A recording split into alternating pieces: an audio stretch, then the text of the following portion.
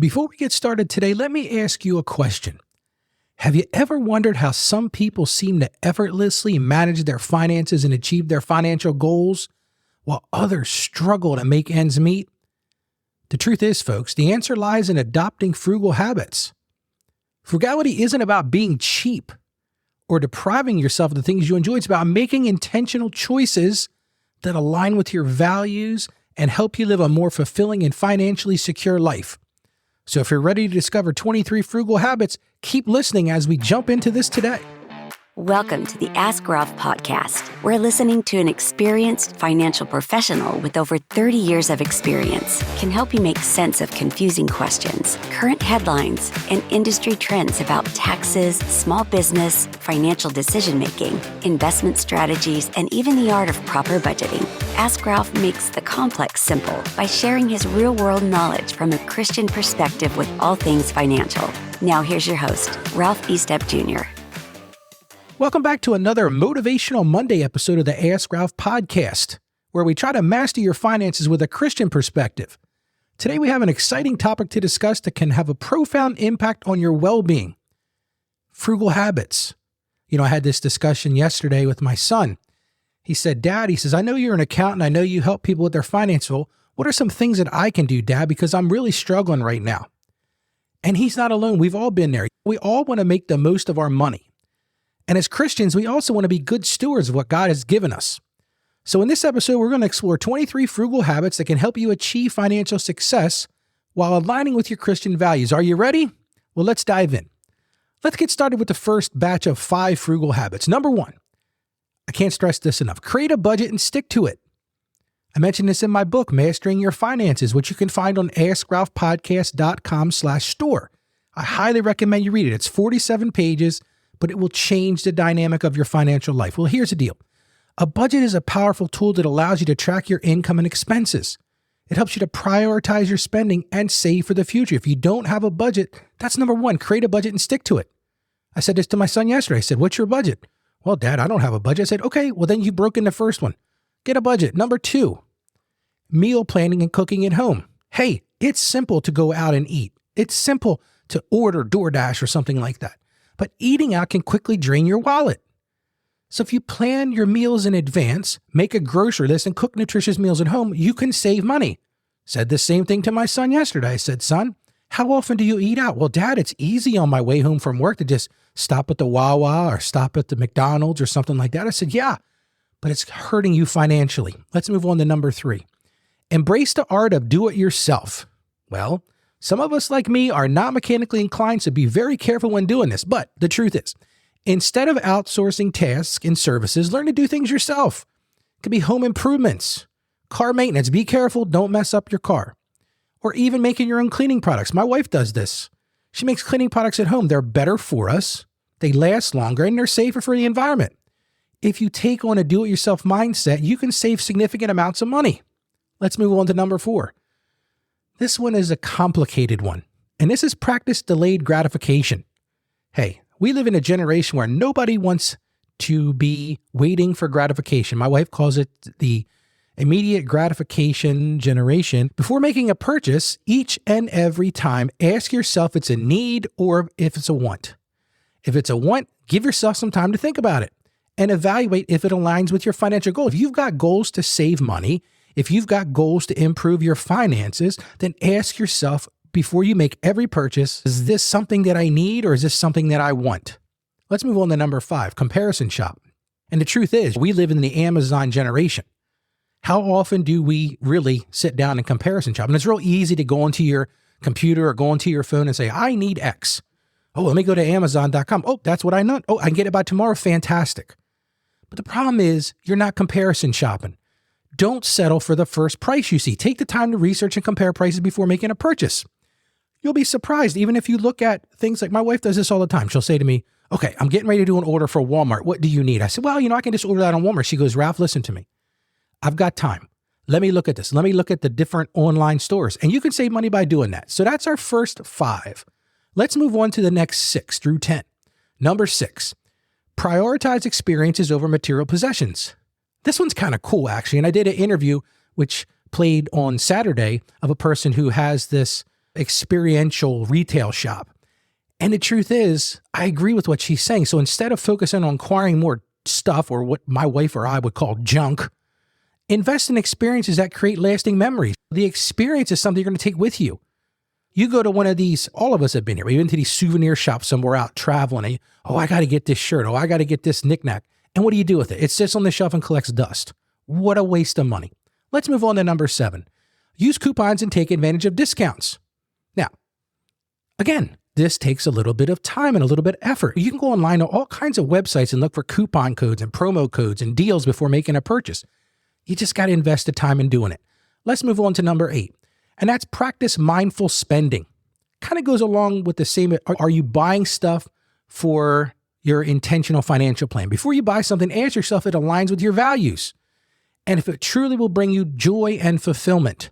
If you can say, yes, this is going to bring me joy and fulfillment, then by all means, maybe it's the right decision to make, but you have to think about it and practice mindful spending. Let's move on to number 9, and that's negotiate and haggle. I don't know how much of that you can do when you're online shopping, unfortunately. So maybe this is a time to support small businesses. And don't be afraid to negotiate prices, especially for big ticket items or services. You might be surprised at how much you can save just by asking. If you're having a service done in your house, ask the service provider, hey, do you offer any coupons? Do you offer any discounts? If I agree to write a review for your company, will you give me a discount? It doesn't hurt to ask. So negotiate and haggle. And number 10, minimize waste and practice sustainability. Now listen, I'm not a big fan of this, to be honest with you, but the older I get, the more it makes sense to me from a frugality standpoint. Reduce, reuse, and recycle whenever possible. It's not only going to save you money, but you're also taking care of God's creation. So there's a Christian component to that. If you minimize your waste and practice sustainability, you're taking care of God's creation. And that's our goal here. That's what we need to do. So let's move on to habits 11 through 15. Now, I know this is a big list. They're all going to be available on the show notes at AskRalphPodcast.com.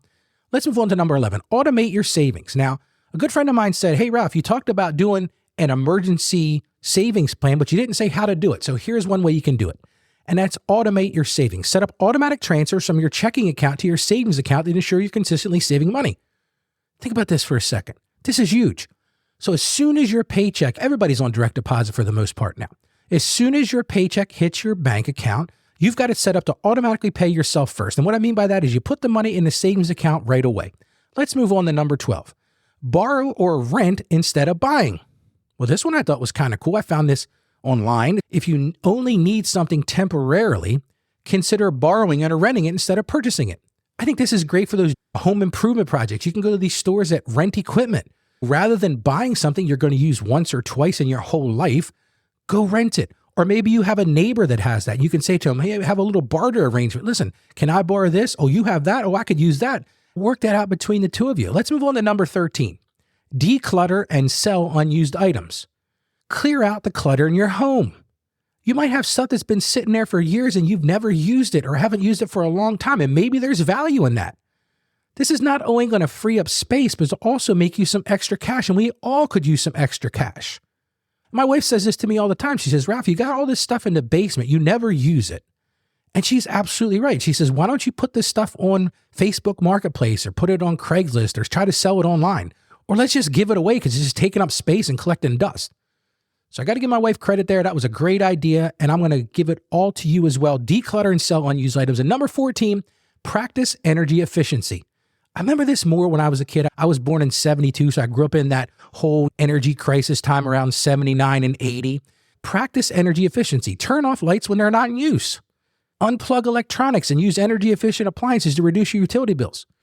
In my office, I've replaced all of the light fixtures with these LED lights, and they save a ton. These are little things, but they save you a ton of money. Let's move on to number 15. Buy in bulk and stock up on sale items. Now, you got to be careful with this. If you're a Costco or a Sam's person, you go to Sam's, you buy these crates or these huge pallets of stuff. Make sure you're actually going to use it. But the truth is, purchasing items in bulk or when they're on sale can save you money in the long run. Just make sure you're going to use it. Now, it's real easy to go into, listen, I do this all the time. I'll go into like BJ's Wholesale Club and I'll see, I love croissants. I love butter croissants, right? And I see this pack of butter croissants. Well, if it was 3 or 4, that makes sense. But, I'm not going to eat 20 butter croissants. So that might not be a good item to buy in bulk. But one of the things we do buy in bulk are those little pods for the dishwasher. We might buy 3 or 4 packs of those at the same time, and that saves us a ton of money rather than going to the grocery store and buying a little bag of those.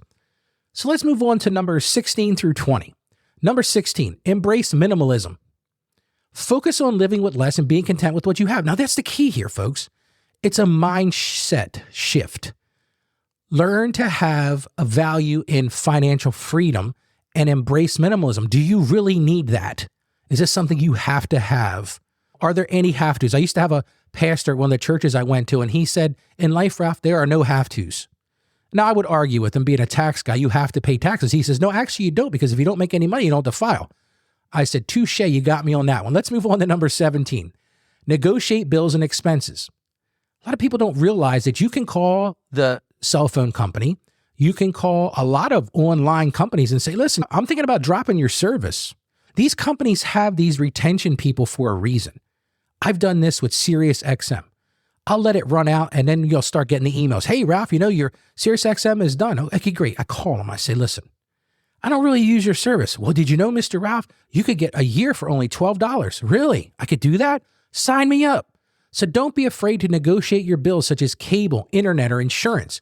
You may be able to secure better rates or discounts. Number 18, use cashback and rewards programs. Now, these can get a little bit cumbersome. I remember sitting in the grocery store one time at checkout, and I couldn't remember which grocery store I was in. And the lady says, well, do you have our app, your customer loyalty card? I'm like, yeah, I think I have it. Well, I think I was at the Acme and I pulled up the Food Line one. She's like, no, that's the Food Line one. You need the Acme one. So make sure you know what you're doing, but take advantage of these.